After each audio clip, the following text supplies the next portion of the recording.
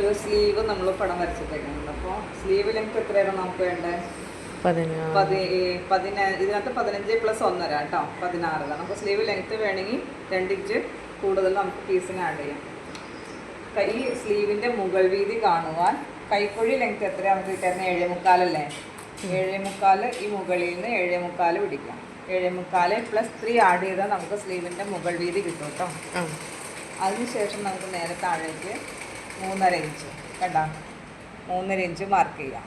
എന്നിട്ട് ഈ പോയിന്റിലേക്ക് നമ്മളൊരു ക്രോസ് ലൈൻ ചെയ്തതിന് ശേഷം അവിടെ നിന്ന് ഒരു 1.5 ഇഞ്ച് നമ്മൾ ഇങ്ങനെ മാർക്ക് ചെയ്തതിന് ശേഷം 1.5 ഇഞ്ച് മാർക്ക് ചെയ്തതിന് ശേഷം ഈ മിഡ് എത്രയാണോ അത് നോക്കാം. ഇത് 10 ആണ്, നമ്മൾ 5-ൽ മാർക്ക് ചെയ്തിട്ട് ഇവിടെ നിന്ന് നേരെ 2 ഇഞ്ച് മാർക്ക് ചെയ്തതിന് ശേഷം ഈ പോയിന്റിലേക്ക് കയറുക ചെയ്യാം. കാലിൽ താഴ്ത്തിയിട്ട് ആ പോയിന്റിലേക്ക് നമ്മൾ 1.5 ഇഞ്ച് മാർക്ക് ചെയ്തതിലേക്ക് മാർക്ക് ചെയ്യാം.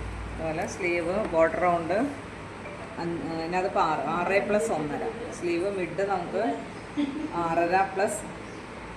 6.5+1.5. അപ്പോൾ നമുക്ക് ഈ പോയിന്റ് കയറുമായിട്ട് ഇങ്ങനെ കൊടുക്കാം.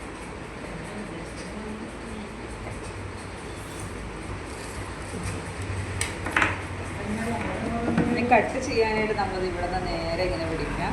കയറുമായിട്ടത് ഇങ്ങനെ കണ്ടോ.